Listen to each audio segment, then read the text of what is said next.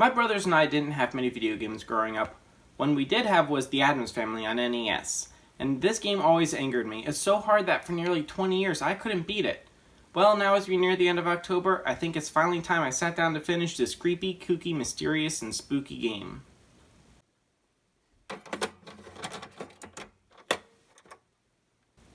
The Addams Family was released by Ocean Software in 1992, and it was based on the 1991 movie of the same name. The game was originally released on the Sega Master System, Sega Genesis, Super Nintendo Entertainment System, Commodore Amiga, and Atari ST. Different versions of the game were later released for the Nintendo Entertainment System, Sega Game Gear, Nintendo Game Boy, Amstrad CPC, Commodore 64, and Sinclair ZX Spectrum. Ocean was well known for pumping out licensed games like this, which can be seen as both a blessing and a curse. Licensed games aren't always known for having the best quality, but as Ocean had a lot of experience with them, maybe this one would be good. Maybe. However, the original version of the game got mixed reviews at the time, and the NES version got generally bad reviews, so it seems like this may just be like every other licensed game on the system. But we're not going to let that stop us, so let's take a look for ourselves. The game is a platformer where you play as Gomez Addams. The goal is to save your family, who are trapped in the house, restore your family fortune, and defeat Fester and Tully Alford, the family attorney. Now personally, I think it's kinda dumb that you have to collect money at all. I mean, it's already in the house, so what's the problem? And why are we looking for all of our family members? In the movie, only Morticia was trapped in the house, so I get why you have to save her, but the rest of the family shouldn't be here. It just adds unnecessary complexity. There are some other items to collect along the way besides just your family members, and there are some hidden rooms that you can find, though we'll get back to these later. You have to explore the different rooms of the house and some areas outside. There's often a lot of backtracking, as you'll find a lot of items that you need to use in areas you've already been in. Then there are some areas which are very well hidden, like the furnace, which doesn't have a regular door, or the entrance to the chain room, where you need to give Lurch a piece of music to play, but you don't follow him to the ballroom.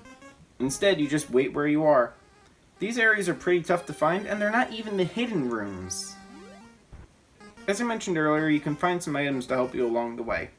There are a couple of extra lives in the game, and when I say a couple, I mean a couple. As far as I'm aware, there are only 2 in the entire game. Without those, you get 3 lives before a game over, and then you get 2 continues. So altogether, with the extra lives, you have the potential to have 11 tries. Sounds like a lot, right? And nope! It's way too easy to get stuck on an enemy or not be able to get out of the way, so you'll lose your health very quickly and die, and you're going to die a lot in this game. You can refill part of your health by collecting cheese? Yeah, I never understood why it's cheese, but whatever. Regardless, it doesn't refill a lot of health, and it can only be found in a few spots, so don't count on it helping you. The other major item you can find to help you is Thing. This funny little hand can act as a force field around you up to 3 times. However, as tempting as it may be, you shouldn't use Thing whenever you're having a hard time. You really need to save him for the roof. Even the instruction manual recommends you do this. That's how hard the roof is, which we'll get back to it later. So for a licensed game, it really does have a lot of depth to it, but this creativity is overshadowed by some of the more unfortunate and unfair aspects of the game. Now, this game is hard. Like, really hard, and it's a lot of little things that make this game just ridiculously difficult. Let's start with the jumps. I'm specifically thinking of the freezer, but in a lot of places, your jumps have to be perfect. You need to jump at the last possible moment. I mean, look at this! How am I not making these jumps? I'm right at the edge. You have to jump when your foot is actually off the edge. Side note, if you die more than once in the freezer, you should just restart the game. You're not going to have enough lives for the rest of it. Or look how precise you need to be when jumping on enemies to hurt them. Like the skeleton, if you don't jump at the precise spot on the head, you'll be the one that gets hurt, not him. And why do I get hurt when I hit the edge of these bones? Even if I land on them from above, sometimes I still get hurt. Why? Something this game loves is having something hurt you as soon as you come through a door. I mean, come on, 3 swords falling on my head here, and the flying silverware comes at me as soon as I come through the door. You kinda just learn that you need to move as soon as a new screen appears in this game. Now, about those hidden rooms. These are ridiculous. Most of them are fairly difficult to find. Inside, you're going to find a lot of money. The problem with these rooms being so hard to find is that they're actually pretty mandatory, as you need at least $1 million in order to beat the game. Thankfully, the manual does give you 1 or 2 hints as to where to find these, but still, some of them are just absolutely awful to find. But alright, here we go, the hardest part of the game, the roof. You have to cross the entire length of the roof to reach the fog machine and collect some fog to make a shrinking potion. But this roof is super dangerous. Bricks will randomly fall on your head and knock you off, leading you back to the front door. And this really sucks because you have to climb all the way back up to the attic, then traverse this ridiculous maze of platforms and enemies in the attic in order to get back up to the roof, just to have another brick fall on your head and knock you back down. This is why you need Thing. You can use him to protect yourself from the bricks, along with the birds that try to drop rocks on your head. This section is just ridiculously hard and unfair, which is a very common theme in this game. The controls are fairly standard for a platformer of this era. Use the D-pad to move, press B to go indoors, and press A to jump or swim. Oh, and I have to comment, this is the worst swimming in any game I have ever played. When you press the button, you barely move. So if you want to swim up, you have to sit there repeatedly hitting the button for like 30 seconds to move up just a tiny little bit to go over an obstacle. And then when you're swimming, you have a crazy amount of momentum, so when you want to start moving to go forwards, it takes a couple of seconds to actually start moving. So like, if you're trying to time your movements so that you go under these jellyfish, it's almost impossible to do it without getting hit. It's absolutely terrible. Well, besides the stupid swimming, the rest of the controls really aren't that bad. Jumping feels pretty natural, kinda similar to Mario, though of course it's not quite as good. Really, my only complaint is the lack of a run button. You can move at only one speed and it just feels very sluggish, but besides that, the game controls very well. Seeing as this is an 8-bit Nintendo game, we could have ended up with a world that makes no sense. Thankfully, that's not the case. Most of the game takes place in the Addams Family house, and for the most part, this house looks very much like it did in the movie. We have the foyer here, complete with the staircase leading up to the ballroom, and Fester's room, and even a secret underground river. Really, it looks very good, which kind of is expected as it's a relatively late game in the NES library. And besides just having a similar layout to the movie with recognizable locations, the developers really took care to make the scenery seem spooky. There are cracked walls and spiderwebs everywhere, and it really is pretty cool.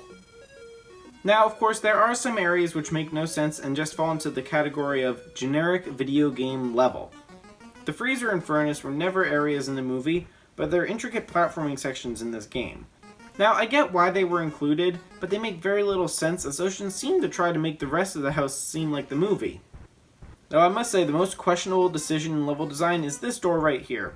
When you go in, you fall into a pit of spikes. This is very early in the game, and there isn't really a whole lot else like this elsewhere. So it's not like they were even preparing you for something somewhere else in the game, they just wanted to annoy you.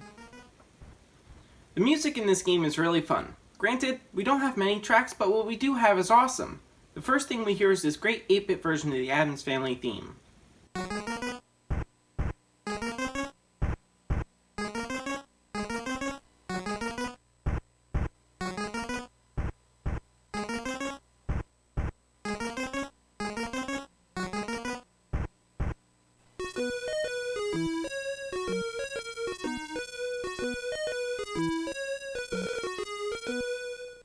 Isn't that fun? Then in some areas like the freezer, we have this track, which I always loved because it sounds very exciting and dangerous.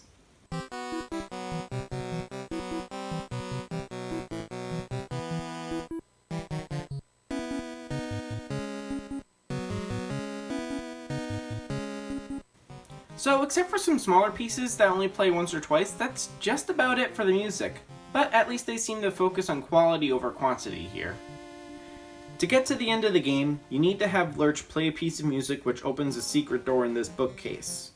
This leads to the room with the chains, just like in the movie.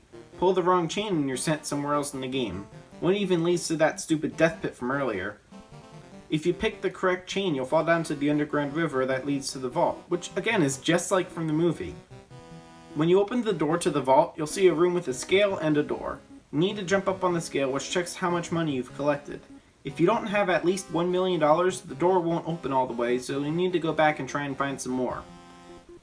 If you do have at least $1 million, the door will open all the way and you can go through to fight Fester and Tully. Fester's actually pretty tough as he jumps around a lot. Once you get past him, you can fight Tully, who is actually pretty easy. And then with him gone, we can finally free Morticia and we win. Then we're treated to a wonderful animation of Gomez and Morticia waltzing outside the house. Well, after nearly 20 years of trying, I finally beat this game. And I must say, as frustrating as it was, I did enjoy it. It was amusing to see how similar to the movie they made the layout of the house, and it was a very satisfying ending. And sure, it was tough, but it wasn't the hardest game I've played on the NES. I think the reason I never beat it when I was younger was just I wasn't very good at video games back then. So, I'm happy I took the time to finish it, and I think I would recommend this game to anyone who's a fan of the movie. However, there are much better platformers on the system, and I think most people would probably have a better time with one of them over this game. Me personally, I think I would just rather stick to Mario. Thank you so much for watching. If you enjoyed the video, please leave a like and consider subscribing. Do you have a game from your childhood that took you years to beat, or are you still working on trying to beat one from your childhood? Please let me know down in the comments. So, until next time, so long.